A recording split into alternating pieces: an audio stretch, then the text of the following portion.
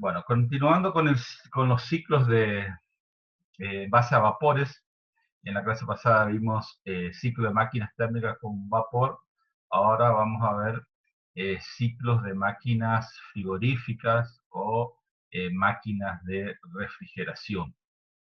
Ustedes se recordarán que cuando vimos consecuencias del segundo principio, y también cuando anunciamos el segundo principio, uno de los enunciados decía que el calor no pasaba espontáneamente, no pasaba por sí solo, desde un cuerpo frío hacia un cuerpo a mayor temperatura, es decir, de un cuerpo de baja temperatura hacia un cuerpo de temperatura más alta.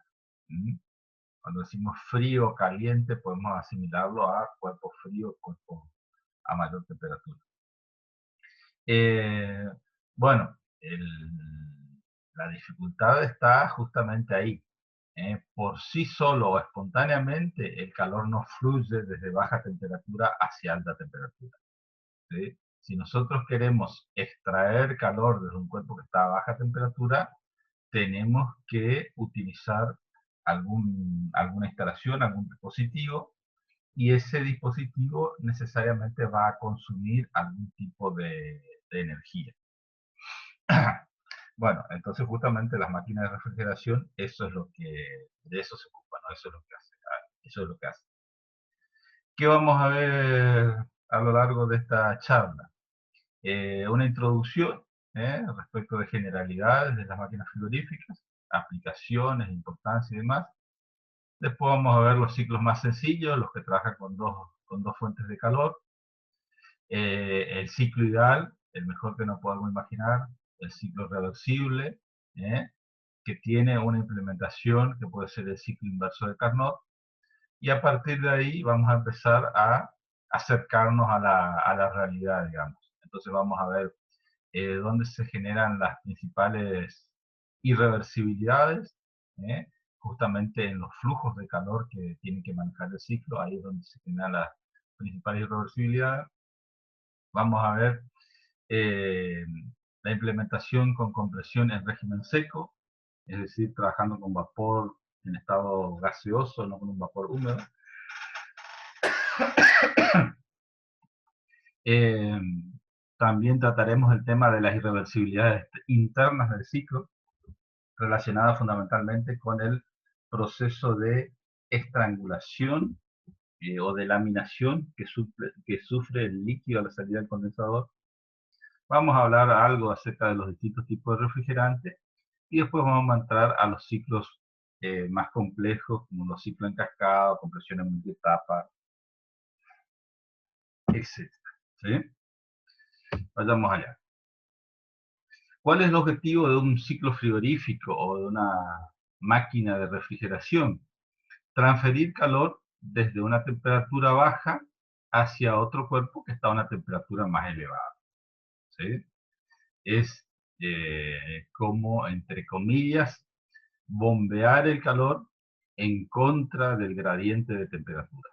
¿Sí? El calor fluye por sí solo, espontáneamente, desde un cuerpo caliente hacia un cuerpo frío.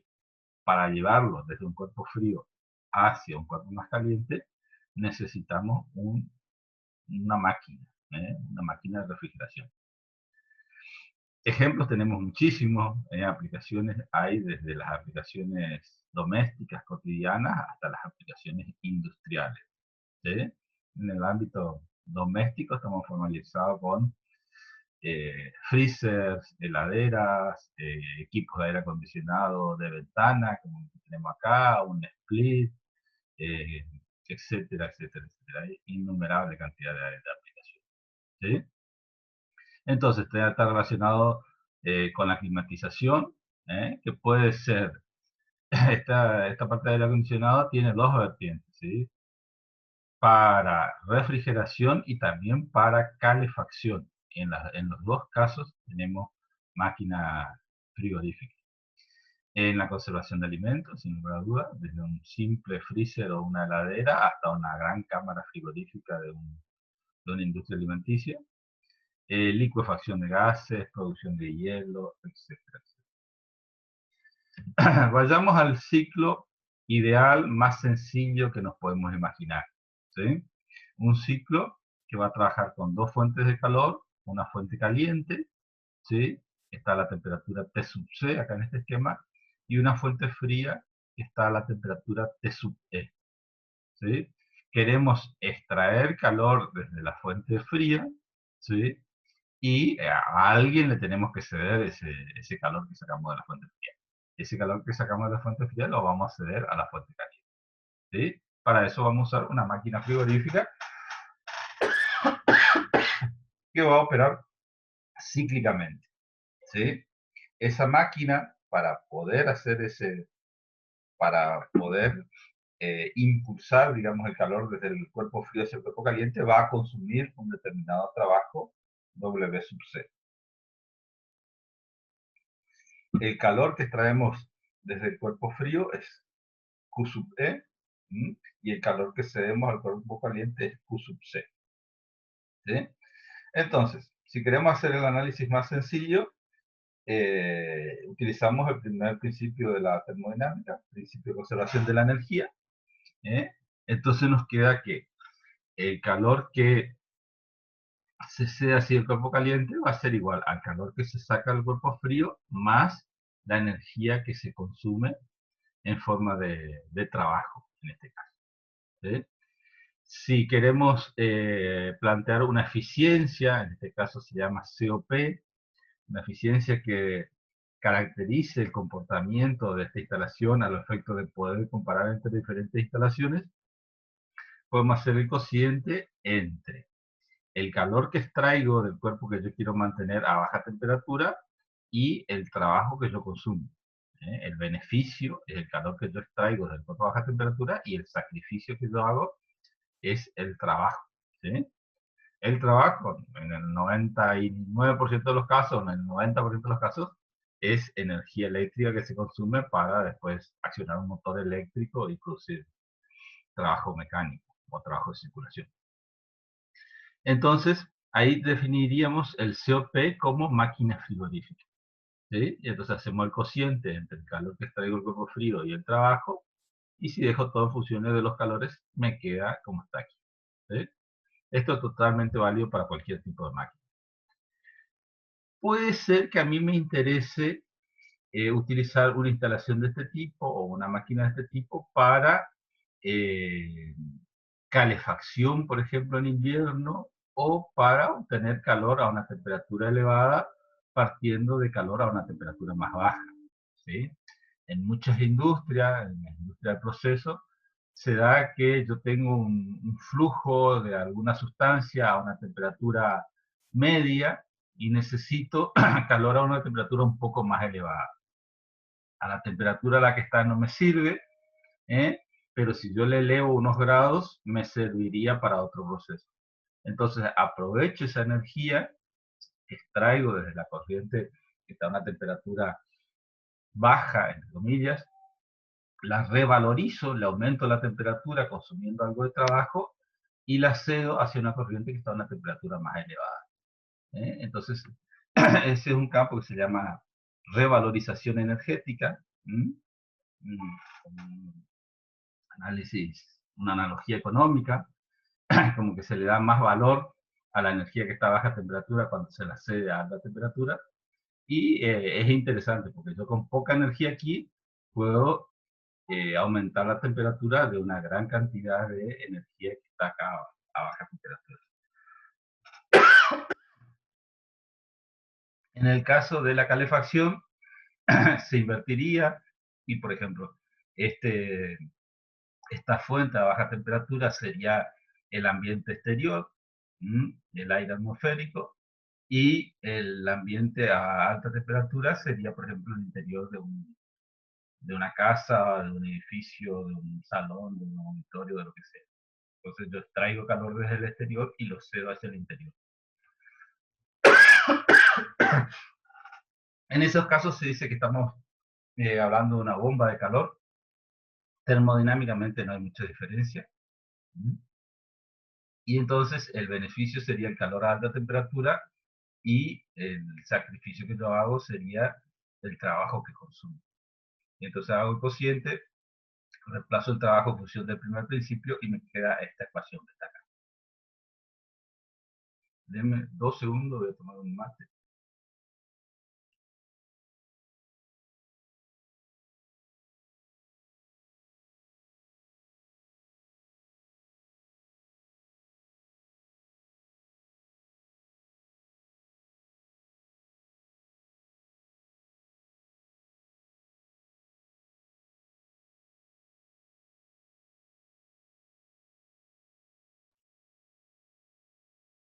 Bueno, continuamos. Si hacemos la diferencia entre el COP como bomba de calor y el COP como máquina frigorífica, si restamos a esta expresión esta otra expresión, nos damos cuenta que en el numerador y en el denominador tenemos lo mismo y entonces nos queda que la diferencia entre las eficiencias como bomba de calor y como máquina frigorífica es igual a la unidad. ¿Sí? Siempre, con esto lo que notamos es que siempre cuando la máquina opere como bomba de calor va a tener más eficiencia que cuando la máquina opere como máquina frigorífica. Siempre que las temperaturas y las demás condiciones sean análogas, sean similares. ¿Sí? Esto que vimos ahora, solo le pusimos la condición de que cumpla el primer principio de la termodinámica, así que es totalmente válido para cualquier tipo de máquina. Veamos ahora el caso de una máquina reversible, ¿sí? De un ciclo ideal. Si es ideal, aparte de cumplir el segundo principio, el primer principio, el segundo principio me dice que la variación de entropía del universo tiene que ser igual a cero para que sea reversible. ¿Sí? Entonces, ¿qué vamos a tener como variación de entropía? Vamos a tener variación de entropía de la máquina frigorífica, la variación de entropía de la fuente caliente y la variación de entropía de la fuente fría. La suma de las tres variaciones de entropía tiene que ser cero. ¿Sí? Y acá dice que la variación de entropía de la máquina frigorífica es cero. Les pregunto, ¿por qué es cero la variación de entropía de la máquina frigorífica? Porque es un ciclo, profe. Exactamente, muy bien. ¿Eh?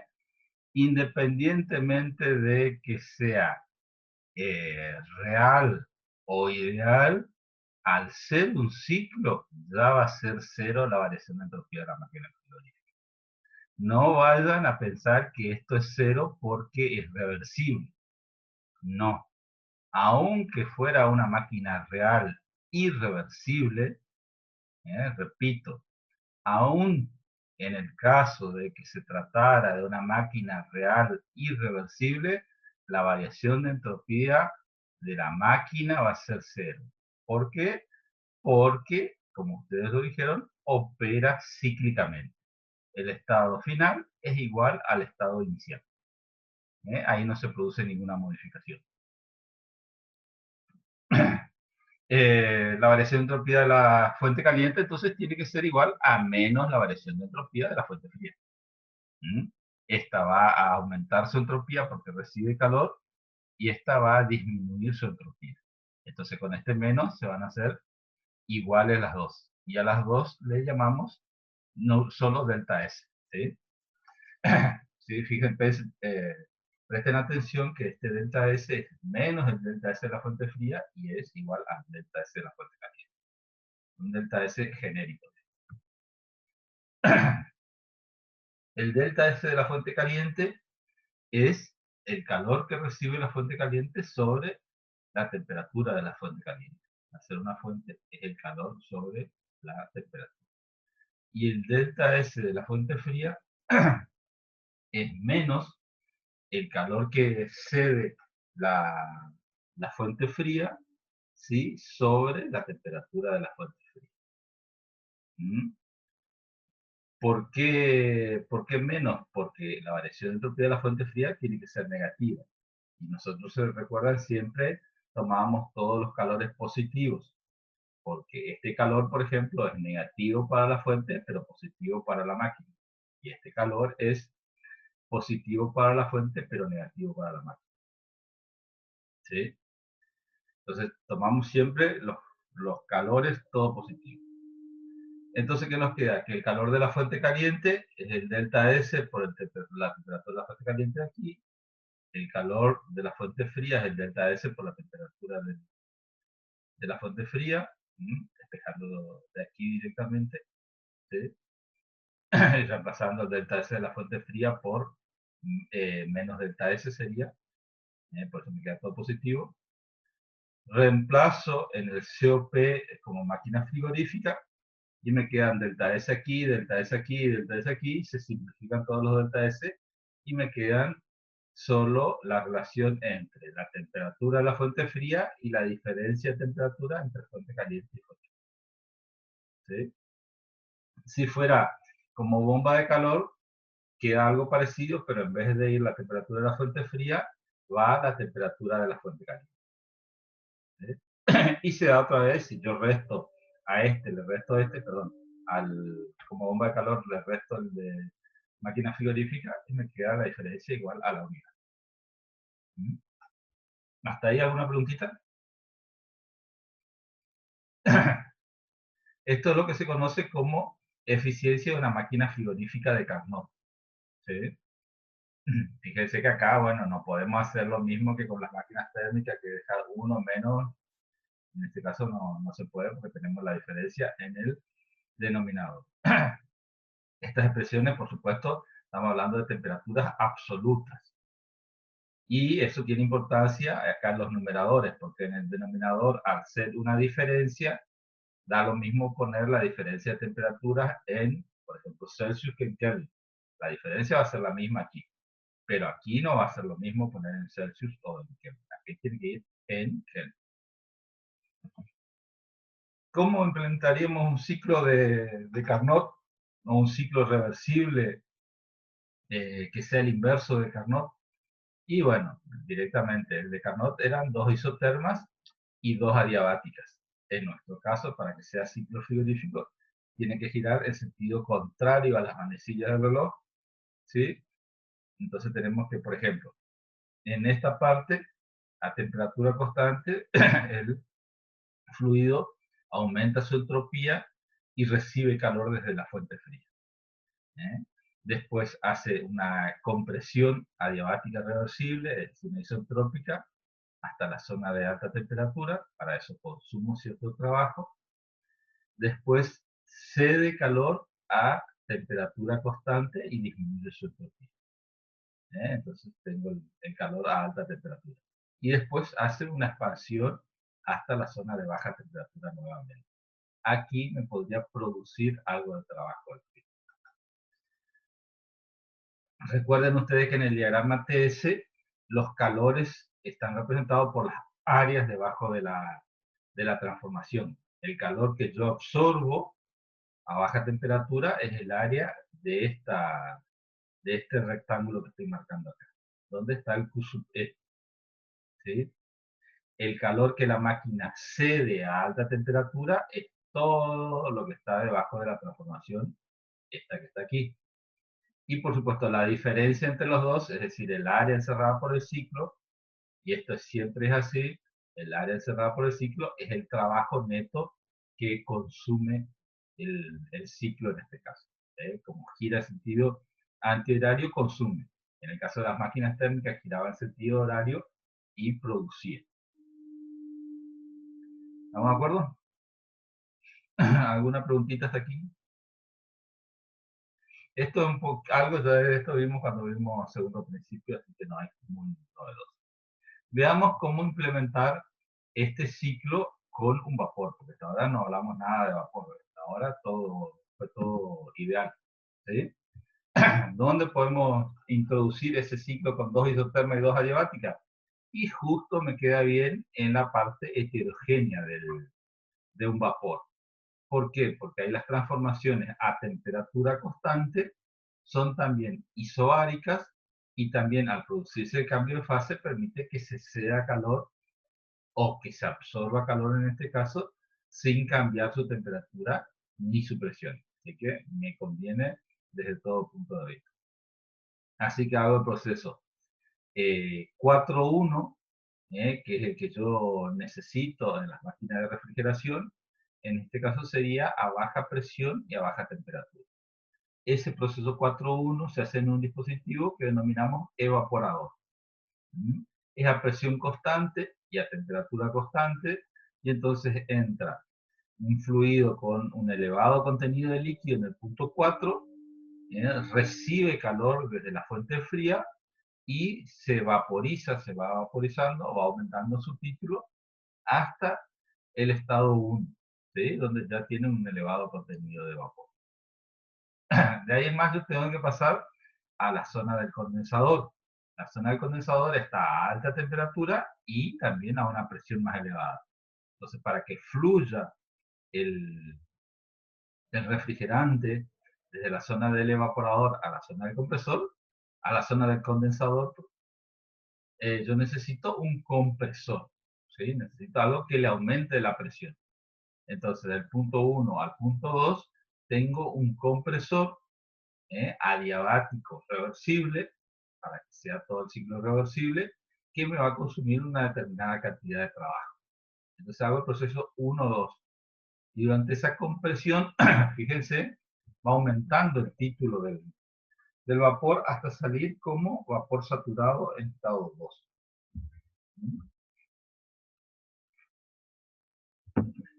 En 2, introduzco ese fluido al condensador, que funciona a una presión más elevada y a una temperatura más elevada, y entonces hace el proceso de condensación. Pasa de vapor saturado a líquido saturado. Cuando se condensa, cede la cantidad de calor Q sub C hacia la fuente caliente.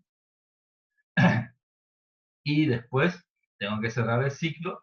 Desde 3 hasta 4 tengo una expansión adiabática reversible, así que ese en principio podría obtener trabajo a partir de esa expansión, porque en el punto 3 tengo más entalpía que en el punto 4, y si es adiabático, instalo una turbina adiabática reversible que me produce algo de trabajo que, con el que yo puedo alimentar en parte al compresor. El compresor en realidad me va a consumir más trabajo todavía y voy a necesitar un aporte externo, ¿sí? Y entonces ahí cierro el ciclo, llego al estado 4. Fíjense que en este caso, al producirse la expansión, entra como líquido saturado, punto 3 es líquido saturado, y en 4 tengo un vapor húmedo. Es decir, se va vaporizando algo del líquido a medida que va disminuyendo la presión. Y al vaporizarse, también disminuye la temperatura. Y entonces ahí tenemos el ciclo de Carnot y también el principio de funcionamiento de cualquier máquina frigorífica común. Es decir, tengo un proceso de evaporación o vaporización, vaporización a baja presión y baja temperatura. El proceso es de 4.1 o alguno similar, y un proceso de condensación a alta temperatura y por ende también a alta presión. De alguna forma yo tengo que hacer fluir el vapor desde la zona de baja presión hacia la zona de alta presión, y para eso yo necesito un compresor que me va a consumir una determinada cantidad de trabajo de circulación, ¿sí? Ese es el sacrificio que yo tengo que hacer para poder producir ese efecto de flujo de calor desde zona de baja temperatura hacia zona de alta temperatura. ¿Alguna pregunta hasta aquí? Profe, una consulta. ¿El trabajo que entra en el compresor es el mismo que sale en la turbina? No, es mayor. Yo necesito más trabajo en el compresor que, que el que me produce la turbina. ¿Sí? Sí o sí yo necesito más trabajo en el compresor que en la turbina. Tiene que haber un aporte externo. ¿Está? Sí, profe. Me parece un cartel naranja acá. ¿Qué es lo que está molestando ahí?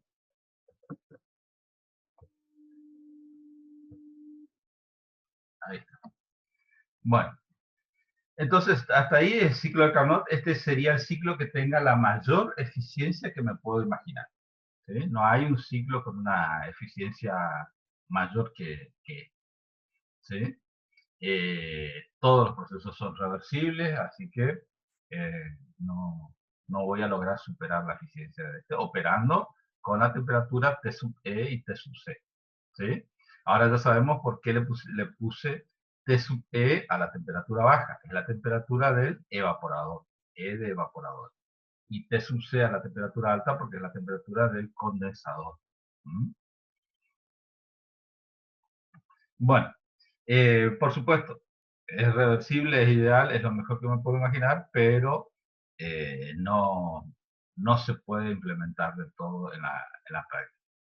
Igual, veamos una de las principales fuentes de reversibilidades que hay en este tipo de máquinas. ¿Sí? ¿Qué sucede? Yo si tengo que evaporar un fluido a la temperatura del evaporador, yo voy a necesitar que la fuente fría que me cede calor para que ese fluido se evapore esté a una temperatura más elevada que la temperatura del evaporador. ¿Sí? Para que haya ese flujo de calor. Ustedes imagínense que el fluido va a circular por dentro de tubos que tienen una pared metálica y que ahí voy a tener un salto de temperaturas. Entonces, sí o sí, la fuente fría, entre comillas, tendrá que estar a una temperatura más elevada que la del fluido del evaporador. Ustedes saben que siempre que aparece una diferencia de temperaturas en un flujo de calor, aparece una irreversibilidad. ¿Sí? Por decirlo claramente, si yo quiero, si esto es un equipo de aire acondicionado que tiene que mantener el interior de un edificio a 25 grados, ¿sí? Yo voy a tener que el fluido que va por dentro del evaporador, que tiene que absorber el calor que se genera que se disipa en ese interior del edificio que está a 25 grados, como mínimo el fluido que va a circular por aquí debería estar, digamos que 10 grados por debajo de eso. Es decir, este fluido debería estar evaporándose aquí a 15. ¿Sí? Si yo tengo esto a 25, debería estar a 15 para que haya un 10 grados de delta T que, digamos, impulse el calor desde el exterior del tubo hacia el interior del tubo. ¿Se entiende? En el ¿Puedes repetir condensador, eso, profe? ¿sí? Imagínense que estamos en verano y que esta es una instalación que está destinada a producir aire acondicionado. ¿Sí? Yo tengo el interior de un edificio, de un auditorio, de un teatro, de un dormitorio, de lo que sea, que tengo que mantener a temperatura de confort de 25 grados. Entonces, ese interior de ese edificio sería esta fuente fría a 25 grados. Ahora, con ese calor que yo extraigo a 25 grados, tengo que evaporar un fluido dentro de unos tubos que está a una presión por debajo o por arriba de la atmosférica, porque está a una presión diferente de la atmosférica. ¿eh? Tengo que entregarle esa cantidad de calor para que se evapore y se produzca el flujo ese. Entonces, tiene que haber una diferencia de temperatura entre el aire del auditorio o el aire del interior del edificio y el fluido que se está evaporando aquí adentro. ¿Sí? Entonces, si esto está a 25, esto tiene que estar a una temperatura, digamos, de 15 grados, por ponerle un valor. ¿Sí? Inclusive en la práctica es menos. Esto está a una temperatura de 10 grados aproximadamente, se produce el proceso de evaporación. ¿Sí? Entonces acá me aparece un delta T entre el aire del edificio, el ambiente interno del edificio y el fluido que circula por dentro del equipo de unos 10-15 grados aproximadamente. ¿Estamos? En el Sí, profe, exterior, gracias. se da lo mismo, pero en sentido opuesto. Yo tengo que el fluido se tiene que condensar, hacer el proceso este que está indicado acá de 2 a 3'. ¿Sí? Al condensarse tiene que ceder calor. En el ejemplo que les daba, hacia 15 de calor hacia el aire exterior. El aire exterior, vamos a suponer, un día de verano cálido está a 35 grados. Si yo tengo el fluido aquí condensándose a 35 grados, no tengo flujo de calor. ¿Sí? Están a igual temperatura, no hay flujo de calor. ¿Mm? Entonces, ¿cuándo me aparece la irreversibilidad? Cuando yo necesito que ese flujo de calor se produzca en un tiempo finito y con dimensiones de este dispositivo también finitas. ¿Sí? Entonces, vamos a suponer que acá en el exterior tenemos 35, acá mínimamente vamos a tener que tener 45 o 50 grados de temperatura, para que esa diferencia de temperatura sea la que produce ese flujo de calor desde el fluido que está condensando hacia el aire exterior.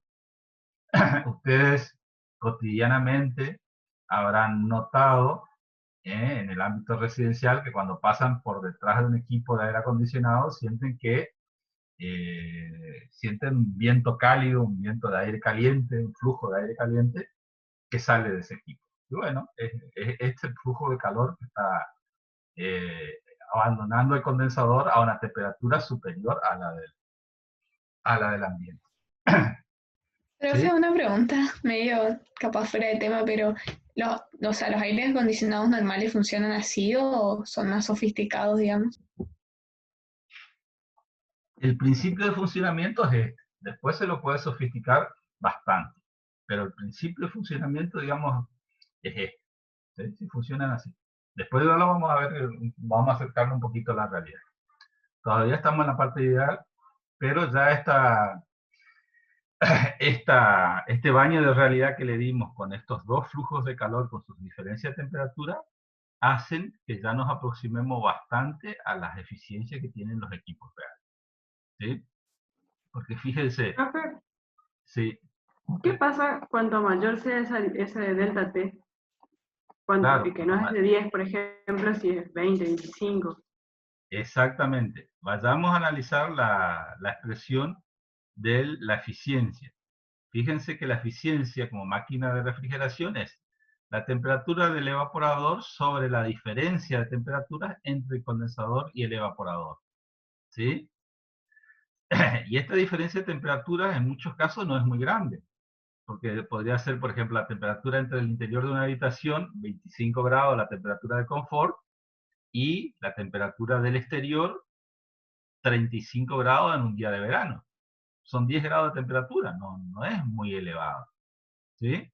Ahora, ¿qué pasa si yo a estos 10 grados los modifico y lo pongo con las irreversibilidades debido a los flujos de calor? Yo tengo 10 grados entre la fuente fría y la fuente caliente. Pero resulta que a la fuente caliente le tengo que sumar 10 grados aquí y a la fuente fría le tengo que bajar 10 grados aquí. Entonces, esto en vez de operar entre 25 y 35, me termina operando entre 15 y 45. ¿Sí? Este termina a 15 para que este esté a 25 y este termina a 45 para que este esté a 35. Entonces, ese denominador que antes era 10, ahora se transformó en 30. Se triplicó. Si yo triplico el denominador, automáticamente mi eficiencia disminuye a un tercio. ¿Sí? Entonces, ahí es donde están las principales irreversibilidades que se dan en los equipos reales. Hay también irreversibilidades internas, pero las irreversibilidades externas son las que más me afectan. ¿Sí? Acá en el diagrama TS, ¿sí? Este diagrama TS que tengo esquematizado aquí, que yo tengo acá la temperatura del interior de la habitación y la temperatura del ambiente exterior. ¿Sí? Si yo operara entre esta temperatura y esta temperatura, tengo una diferencia, digamos, en el ejemplo que le daba, de 10. Pero como tengo que sumarle 10 aquí y tengo que restarle 10 aquí, me queda la diferencia de 30. Entonces mi eficiencia ya, aun cuando se trate de una idealización y de una máquina reversible, disminuyó a la tercera parte. ¿Se entiende eso? Sí. ¿Sí? ¿Alguna pregunta? Profe, yo tengo una pregunta, no sé si es, o sea, con este ejemplo creo que sé cómo es, pero por las dudas. En la ecuación de la eficiencia, los valores que se ponen serían como TC' y T'. Exactamente. Ahora sí, sería T', esta que está aquí, y TC', esta que está acá. Las Pero temperaturas del ciclo. claro, se Exactamente. ponen las del ciclo, las de la fuente sí serían las no, sin el prima, digamos. Y claro, porque las de la fuente quedan, digamos que para el ciclo no existen. Son externas. Son externas, están Gracias. fuera del ciclo. ¿Sí? Estamos. Bueno, eso entonces como para tener una idea de dónde están las principales irreversibilidades. Fíjense que volviendo a esta expresión, si nosotros reemplazamos acá una temperatura, pongámosle de 27 Celsius para ser redondo, ¿eh? Nosotros tendríamos 300 Kelvin acá en el numerador. Y nos quedaría de una diferencia de 10, nos quedaría 300 dividido 10, nos queda una eficiencia de 30. ¿Sí? Un COP de 30. Es un número muy interesante. ¿Qué me está diciendo de ese número de 30? Que con 1 kilowatt que yo consumo aquí, extraigo 30 desde la fuente fría. ¿Mm? Eso es lo que básicamente me está diciendo. Porque no se olviden que es el cociente entre el calor del evaporador y el trabajo. Ahora, si yo le doy un baño de realidad aunque sigo suponiendo que el ciclo internamente es reversible, considero las irreversibilidades externas, ese delta T de 10 se transforma en un delta T de 30. ¿Sí? 10 más 10 más 10. Entonces me queda 300 dividido 30 y mi eficiencia se redujo de 30 a 10, a la tercera parte.